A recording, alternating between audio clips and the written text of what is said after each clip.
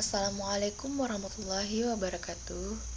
Halo teman-teman semuanya, perkenalkan nama saya Cut Jamila dengan NIM 1905 90 60 330.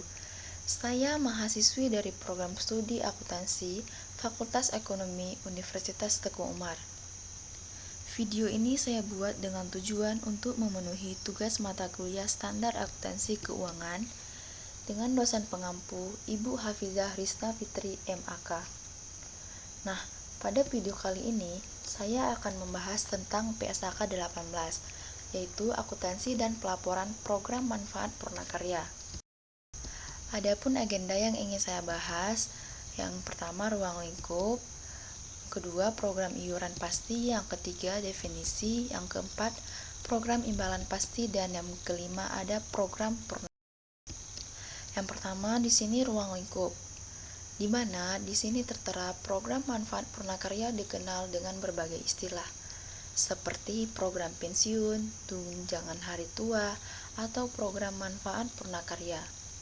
Program manfaat Purnakarya dianggap sebagai suatu entitas pelapor yang terpisah dari pemberi kerja, peserta, dan dalam program tersebut. Program manfaat Purnakarya dapat berupa program imbalan pasti atau program iuran pasti. Program manfaat Purnakarya dengan aset yang diinvestasikan pada perusahaan akuntansi tunduk pada perlakuan akuntansi dan persyaratan pendanaan yang sesuai sebagaimana perjanjian investasi secara privat. Adapun pengertian dan istilah yang digunakan dalam pernyataan ini, yang pertama, pendanaan.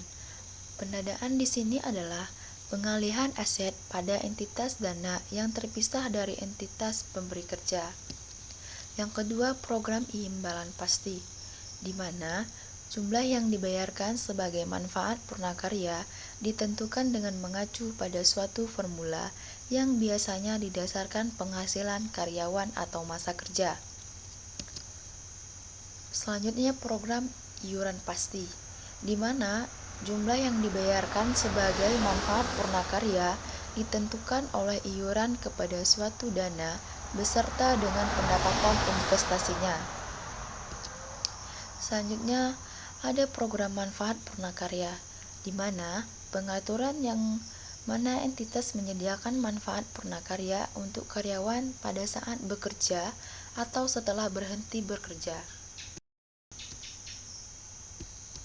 Yang pertama, tadi saya ingin membahas program iuran pasti.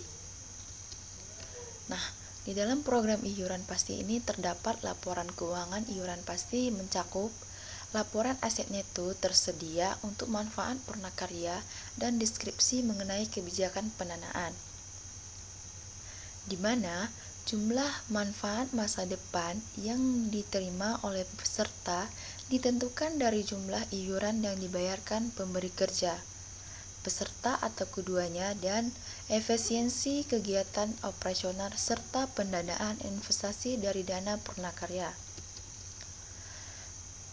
Tujuan dari pelaporan program ini adalah memberikan informasi secara periodik mengenai penyelenggaraan program Purnakarya dan kinerja investasinya.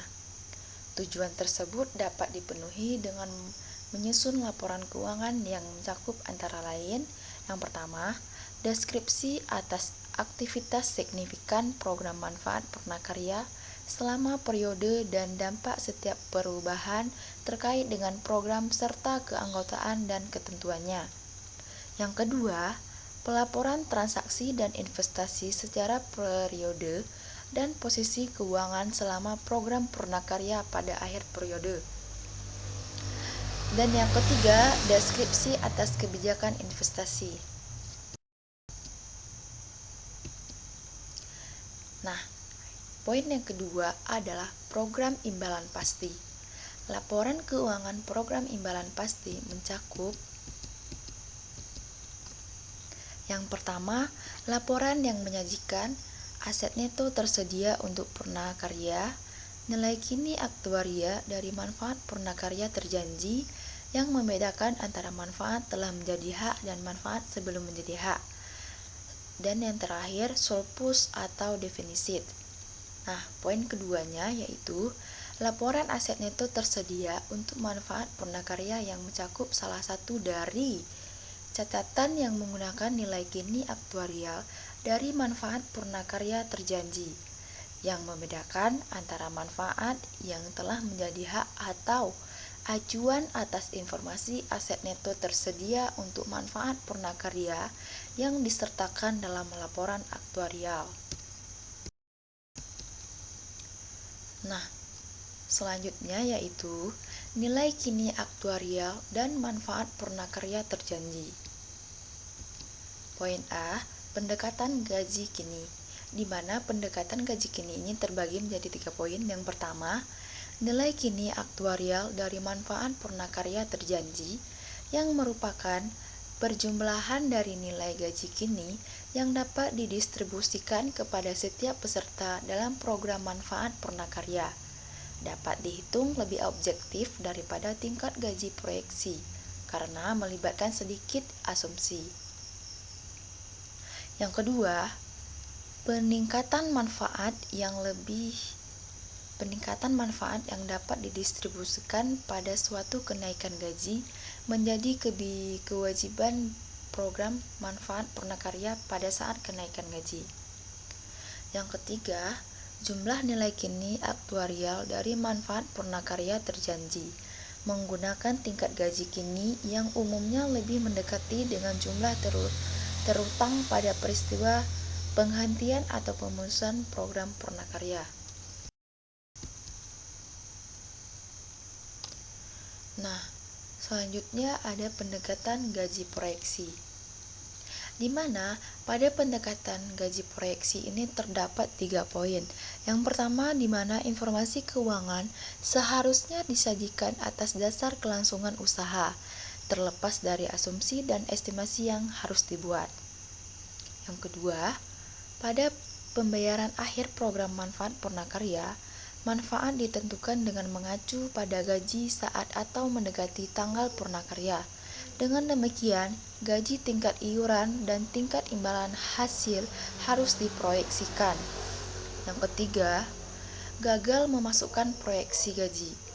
Ketika sebagian besar pendanaan didasarkan pada proyeksi gaji, dapat mengakibatkan pelaporan menampakkan kelebihan, dan ketika program tidak kelebihan dana atau kecukupan dana, ketika program tidak kekurangan dana. Selanjutnya ada penilaian aktuarial, di mana di sini dijelaskan jika penilaian aktuarial belum disajikan pada tanggal laporan keuangan, maka penilaian terakhir digunakan sebagai dasar penyusunan laporan keuangan dan tanggal penilaian tersebut diungkapkan. Isi laporan keuangan. Nah, pada laporan keuangan yang termasuk dalam laporan keuangan yang memperlihatkan aset neto tersedia untuk manfaat purnakarya nilai Gini aktuarial dari manfaat purnakarya terjanji. Dan hasil surplus atau defisit laporan keuangan program manfaat purnakarya juga berisi laporan perubahan aset neto tersedia untuk manfaat purnakarya dan perubahan nilai Gini aktuarial dari manfaat purnakarya terjanji. Di mana yang pertama, laporan keuangan yang mencakup laporan aset neto tersedia untuk manfaat purnakarya dan laporan perubahan aset neto tersedia untuk manfaat purnakarya. Nilai Gini aktuarial dari manfaat purnakarya terjanji diungkapkan dalam catatan atas laporan keuangan. Yang kedua, laporan keuangan yang mencakup laporan aset neto tersedia untuk manfaat purnakarya dan laporan perubahan aset neto tersedia untuk manfaat purna. Dengan nilai Gini aktuarial dari manfaat purnakarya terjanji yang terdapat dalam laporan aktuarial terpisah. Nah, ini poin ketiga, di mana poin ini yang paling kita tunggu, yaitu program purnakarya. Di mana di sini tertera Penilaian aset program Purnakarya, investasi program manfaat Purnakarya dicatat pada nilai wajar. Pada kasus efek yang diperdagangkan, maka nilai wajar adalah nilai pasar. Ketika tidak memungkinkan melakukan estimasi nilai wajar atas investasi program manfaat Purnakarya, maka diungkapkan alasan mengapa nilai wajar tidak digunakan, antara lain pengungkapan laporan keuangan program manfaat Purnakarya, baik program imbalan pasti atau program iuran pasti, berisikan informasi yang pertama, laporan perubahan aset neto, yang kedua, ringkasan kebijakan akuntansi yang signifikan, yang ketiga, deskripsi mengenai program manfaat Purnakarya dan dampaknya. Nah, selanjutnya, laporan keuangan yang disusun oleh program Purnakarya mencakup hal-hal sebagai berikut. Laporan aset neto yang tersedia di sini terdapat 4 poin. Yang pertama, laporan perubahan aset neto. Yang kedua, deskripsi mengenai kebijakan pendanaan. Yang ketiga, untuk program imbalan pasti, nilai kini aktuaria dari manfaat Purnakarya terjanji, yang dibedakan antara manfaat telah menjadi hak dan manfaat belum menjadi hak, berdasarkan manfaat terjanji sesuai persyaratan program Purnakarya. Yang terakhir, ada untuk program imbalan pasti ini, deskripsi mengenai asumsi aktuarial signifikan yang dibuat dan metode yang digunakan untuk menghitung nilai kini aktuarial dari manfaat Purnakarya terjanji.